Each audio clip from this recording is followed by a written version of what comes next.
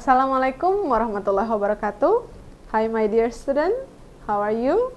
Hopefully everyone is healthy and ready to learn in our subject, lesson plan and material development with me, Mutiara Ayu. In this meeting, we are going to discuss about how to write objectives, because we have already learned about needs analysis and also designing syllabus. Now how you write a measurable objective? What we are talking about are the students' learning and development objectives, right? Not teaching objectives. Keep in your mind, not teaching objectives, but students' learning and development objectives. They do not refer what you are presenting or providing to the student, but they will suggest what you need to provide or to teach to the student so they can accomplish the objectives. The next question comes up in your mind, right? What is objective? Well, we have been familiar with this terminology, objective, goals, but in ELT, objectives refer to expected or intended students' outcome, specific knowledge, skill, or attitudes that students are expected to achieve through their teaching and learning experience.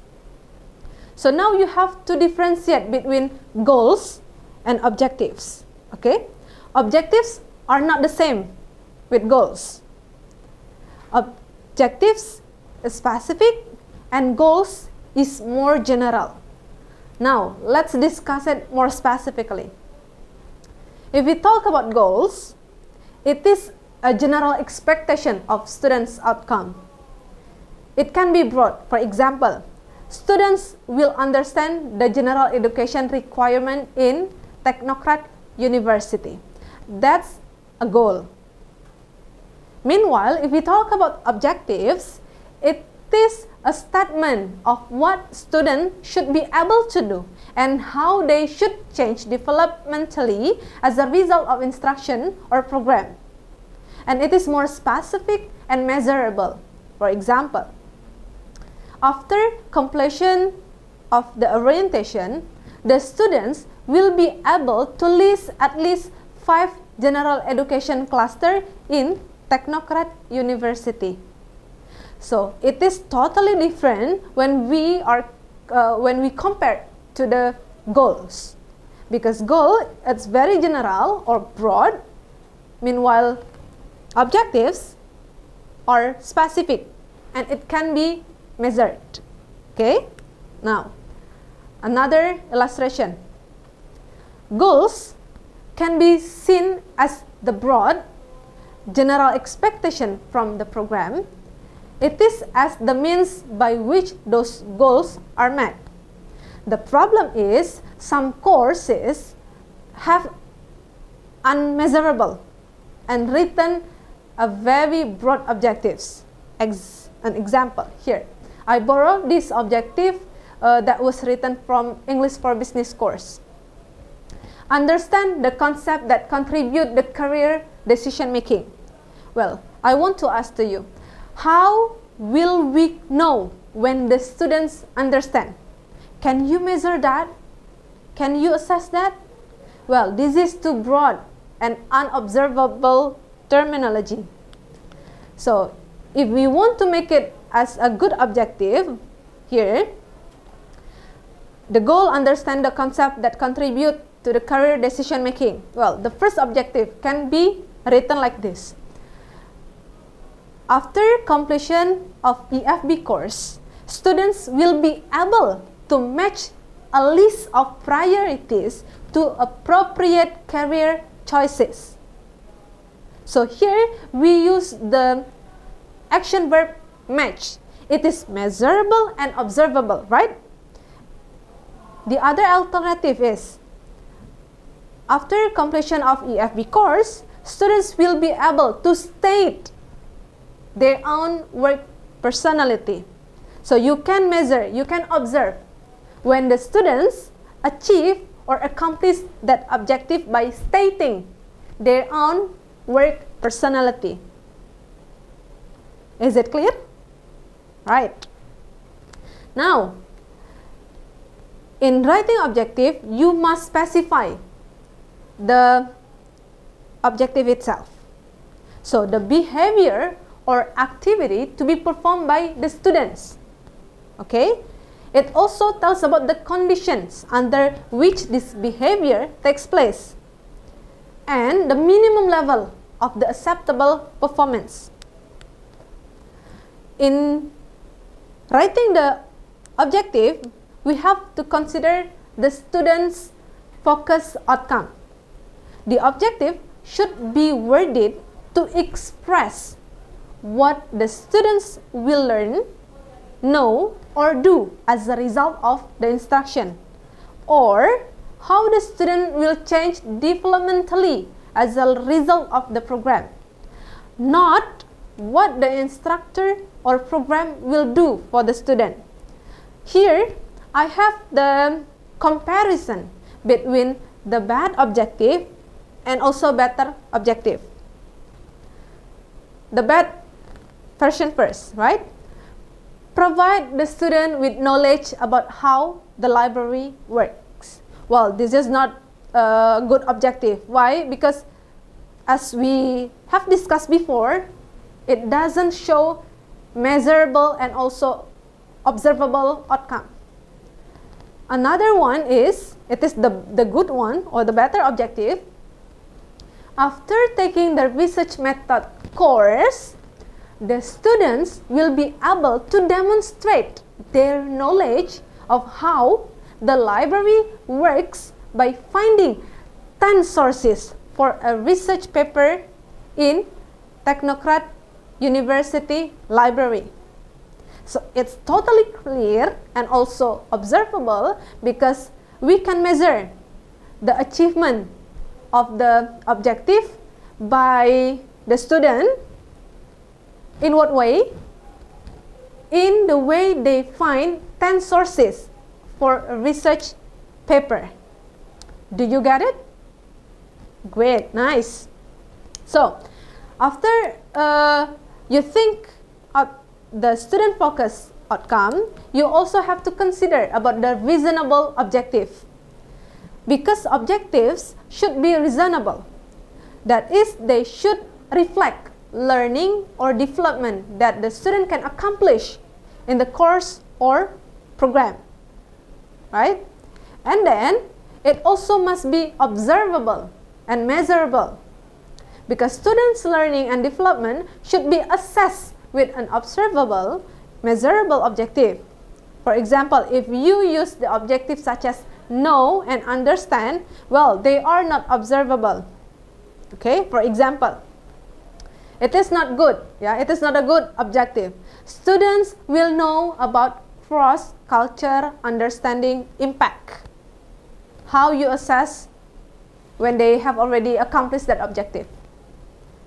Right? It is not measurable. But if you write the objective, students will be able to describe the impact of cross-cultural understanding. Well, you can assess that because the way is when the students describe, state, explain about the impact of the cross-cultural understanding. Or the other one is the students will be able to evaluate the impact of the cross-cultural understanding. It also observable and measurable objective. The next consideration is specific. Objectives should specify the criterion of acceptable students' performance. Another example, that is not a good objective. The student will learn how to take better notes. Okay? Well, it's too general. What kind of notes, and then what is the requirement, the specification, right? But if you make it into students from the study skill course, yeah, will demonstrate mastery of note-taking techniques by correctly using at least 3 different note-taking methods for the classroom lectures. It's totally specific because it tells about the technique and then how many methods that will be used. So it's totally good objectives that can be used in the classroom. Now, in objectives, we have two kinds of the matter. The first one is subject matter, and then developmental matter or developmental objectives. If we talk about subject matter, it is related to the subject that students are expected to learn, such as vocabulary, principle, and theories. Meanwhile, if we talk about developmental objectives, it is related to cognitive developmental objectives like higher order skill and effective developmental objectives such as personal and social dimension through the college experience. Alright, now if you want to write a good objectives, you have to consider Bloom's taxonomy. There are 6 levels in Bloom's taxonomy. The lowest level is knowledge, followed by comprehension, application, analysis, synthesis, and evaluation. In the level of knowledge, it shows the recognized facts, terms, and principle or definition.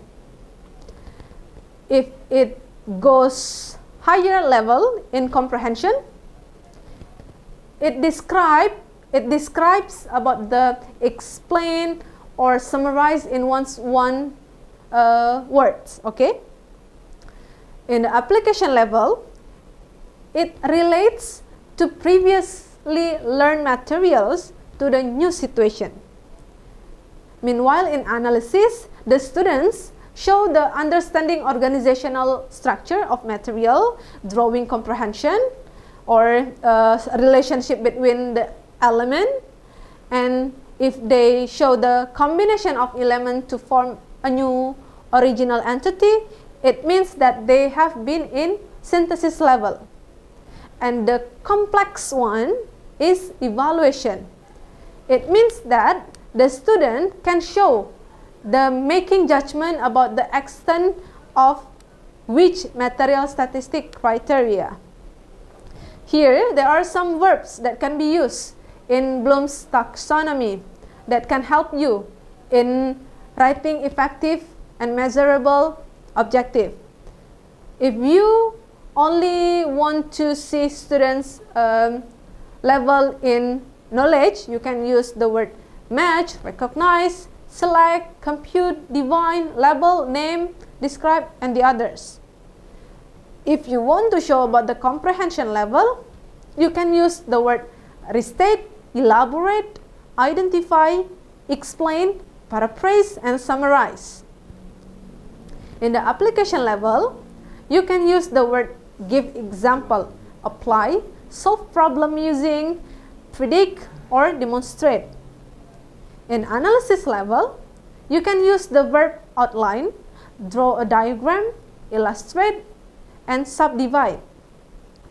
In synthesis level, there are some verbs here like compare, contrast, organize, generate, design, formulate, and the last one, in the most complex level, it is evaluation.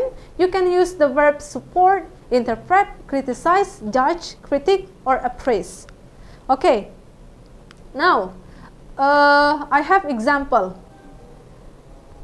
After a completion of service learning orientation, the students will volunteer for community service at least 10 hours per semester. So it includes for developmental objective. If you still remember that it is related to the social and effective developmental objective, right? Now, to make you more easily in writing instructional objective, you can use ABCD. What is ABCD? Well, ABCD is A stands for audience, and then B is behavior, C is condition, and the last one is D, is degree. So in this kind of method, will guide you and help you how to create the effective objective, right? Audience. So it tells what population are you assessing. And then B, behavior, what is expected from the participant. And C, condition, it tells about the under circumstances is the behavior to be performed. And degree, how well must the behavior be performed and to what level, right? So here I have some example for you. The ABC method, the audience, of course, the students. And you have to put in your mind that the audience must only consist one. You cannot combine two or more audience in one objectives. It is not a good objectives. And then the behavior is develop a positive attitude. The condition is given the opportunity to work in group. And the degree is to point increase on survey. So after we have already classified the ABCD method, we can make a very clear and measurable objective. Given the opportunity to work in groups, the students will develop a positive attitude toward working in group as measured by a 2-point increase on an attitudinal survey given by the beginning and end of the course. So it's very clear, it is observable and also measurable. Well, students, I hope the explanations are very clear enough for you, because as a teacher, we have to write student-oriented learning and development objectives and use action verbs that are measurable, because at the end we have to assess all the objectives that we have already written. All the objectives must be assessed, be realistic and also specific. I hope that everyone have understood about the materials today. Thank you very much for nice attention, and see you on the next session. And wassalamualaikum warahmatullahi wabarakatuh.